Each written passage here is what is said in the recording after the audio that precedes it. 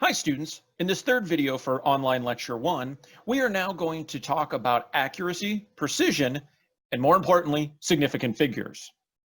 So, why do we care about how good measurements are? Well, before you were probably born, about the time I was entering high school, we actually took our Mars Climate Orbiter trying to enter the atmosphere at 100 kilometers, but we had a problem. So the interesting problem is that it actually entered the atmosphere lower than what it was expected, and it ultimately got destroyed by the heat of the environment. Well, as you can see, $125 million later, we had a problem. So what happened? Well, the person doing the calculation said that 1 pound equaled 1 Newton. If you've taken any physics, we know that that is not the case. 1 pound is actually 4.45 newtons. We are talking some of the smartest men and women in the world, and they made a simple miscalculation, and it cost our NASA $125 million and years of technology. So the interesting part is that we have to be very careful with our measurements. Finally, when they went to the Senate subcommittee to discuss this, the individual in charge stated this exact line. This is going to be a cautionary tale that will be embedded into introduction to the metric system in elementary, high school, and college science courses till the end of time. Here we are, 21 years later, and we still talk about it. So what do we have to be concerned about is the wording that we use and our relationship to known data. We call this accuracy and precision. So accuracy is how close a measurement is to a true value. This means that we must know what we are aiming for.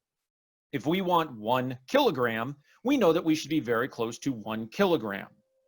So as you can see with A, we have a group of dots that are very close to the true value and the highest point total. So now let's talk about what precision is. Precision is how close a set of measurements are to each other. This is typically what we call repeatability. So as you can see in A, this is accurate and precise. Not only are we close to the true value, we are also precise in that they are very grouped together.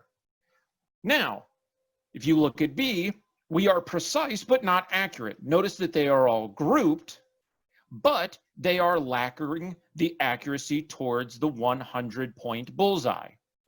And finally, something that we may be very familiar here at Texas A&M when it comes to our quarterback play, we are not accurate and we're not precise. I'm glad that they've brought Jimbo along so that way we can hopefully help that, but now you can see that there is no repeatability and we are not towards the true value or value that we are wanting to have. So the nice thing about this is I want you to look at these values very simply and understand that as you go through the lab, you might not be accurate and precise to start off. But then as you start to get better with your techniques, you will become precise, but maybe not accurate. And then finally, over time, once you have done experiments and you start to understand true values, you will then get your accuracy and precision together. So how can we determine how accurate and precise something is? Well, this is done by what we call significant figures. These are meaningful digits in a measurement for a calculated value. I know many of you, when you put in the numbers into your calculator, will regurgitate all of those digits back out. But some of those have been created artificially by the intelligence of the calculator. It is going to process every known digit known to man. But we are going to make that less accurate and less precise, more or less, because those digits weren't all there to be in our original measurement. So let's talk about the rules of sig figs. First rule, do not talk about sig figs. Okay, this isn't Fight Club. The first rule is probably the easiest one. Any digit that is a non-zero is deemed significant. So as you see in this value of 1, 2, 3, 4, this has 4 significant figures. So let's go to rule 2. Zeros between non-zero digits are deemed significant. This is commonly what we call the trapped zero rule. So as you look at our 606 meters, this has 3 significant figures. The 6 and the other 6 are significant because of rule 1, and because that 0 is trapped between two significant digits, therefore it becomes significant in itself. Rule 3 is typically what we call the left 0 rule. The left 0 rule says that zeros to the left of the first non-zero digit are deemed insignificant. So as you see here, 0.08 liters only has one significant figure. This can get you in a lot of trouble. Remember that left zeros are there for placeholding purposes, not significant digit purposes. So finally, let's go to number 4. If a number is greater than 1, then all zeros to the right of the decimal point are deemed significant. Must have a decimal in order to make these numbers significant. This is typically what we call the right 0 rule. So for the right 0 rule, notice that I have 2.0. That point has made that O significant. So many of you might be going back to your days of your physical science in high school, and you would write 2.00000. Well, those other O's mean that you are 100% sure that that is true to that decimal place. You are creating precision. That is not what we are allowed to do. So finally, let us go to 5. If a number is less than 1, then only the zeros that are at the end or in the middle of the number are deemed significant. Rule number 5 is a combination of rule 3 and 4 put together. So the left 0 rule means that the first 3 zeros in the number are not significant, but the right 0 after our 4 and 2 has been deemed significant. That is how we get 3 significant figures. Significant figures play an important part in our calculations, and we do not want to be making up any digits as we're going along. This will be equally as important in our laboratory. So let's practice this skill. So let's determine the number of significant digits for the next 6 examples. So let's look at A. We have 4525 centimeters. Well, it's nice and easy that all of these are non-zero digits, so we are going to have 4 significant figures. If I go to B, notice that I have 2 non-zero digits and a trapped 0. So this is going to be 3 significant digits. As we go to C, I have 0.82 meters. That 0 is a left 0 rule, so therefore we are only going to have 2 significant figures. For D, notice that I have a left 0, and then I have 3 significant non-zero digits, so I will have 3 significant figures. So now let us go to this scientific notation. This is going to be an important part for you and can be broken down into 2 very different parts. One of them is called the characteristic. The other is called the mantissa, and you're going to see this in some form of another lecture or 2 later on when we deal with logarithms. When dealing with significant digits, the portion out front is always going to be significant. The 10 to the 22nd is just a placeholder. So for this value, we are going to have 4 significant digits. Finally, when we go to F, this is typically what we call the right 0 rule. Notice that we have this really nice decimal place that's trapped those zeros. So you are going to have 4 significant digits. Many of you going through high school were always told, do 3 significant figures. Well, that is because most instructors don't really know the rules to a T and how to explain it. But not all measurements in this world have 3 significant figures. So it's really important that you, A, measure your different properties to accurate precision and record all of the decimal places that you are given. And then finally, make sure that you are consistent with your significant figures throughout your calculations. So let's try a few of these calculations. So let's look at A.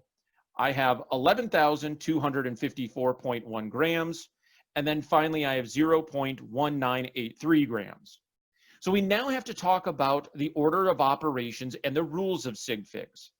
When we are adding and subtracting sig figs, we do what is called the last common place rule. So as you'll notice, the last common decimal place I have is this right here. The 983 is increased precision on one measurement that I don't have on the other. So this means that I'm going to be allowed 1 decimal place. So if I were to put this in the calculator, I would end up getting a value of 11,254.2983. But that 983 is not going to be allowed to be used. So what I can do is then round it up, and a correct answer would be 11,254.3. So that answer is 11,254.3. So now let's go to our second. First off, notice that I have 2 additions followed by division. When dealing with fractions of this nature, you want to handle all of the math on the top first. So we can do so by putting parentheses around this, or you can just understand to do the numerator first followed by the denominator. So what I can do in this case is I will get for the top 2.065. My denominator will have 35.253. So let's look at our top value. Notice that I am not going to be allowed to have all 4 of those significant digits. Really, what I would want to be looking at is something like 2.07 over 35.25. So I'm going to have 3 significant digits on the top and 4 on the bottom. So now I can go back and put this into my calculator as the value, but knowing that I'm only allowed to have 3 significant digits on the top, 4 on the bottom. When I do the division and multiplication go by a different set of rules. This means that we are going to retain the number of sig figs. So for this, because I have 3 sig figs on the top and 4 on the bottom, I am allowed only to have 3 significant digits in my answer. So when I put this in the calculator, I will end up getting this as my answer. However, that is not correct because that is too many sig figs. So the correct answer in this case would be 0.586 as my answer. So let us go ahead and look at C. Notice that this is straight multiplication. So the nice part about this is that I only retain the number of the fewest significant digits. So I would put this into the calculator, I would get 3 significant digits, and my correct answer would be 41.9 meters. This is the correct number of significant digits. So let's go to D. Notice that I have division. So the nice part about this is that I have 3 significant figures here and 3 here. I'm going to end up with 3 significant digits.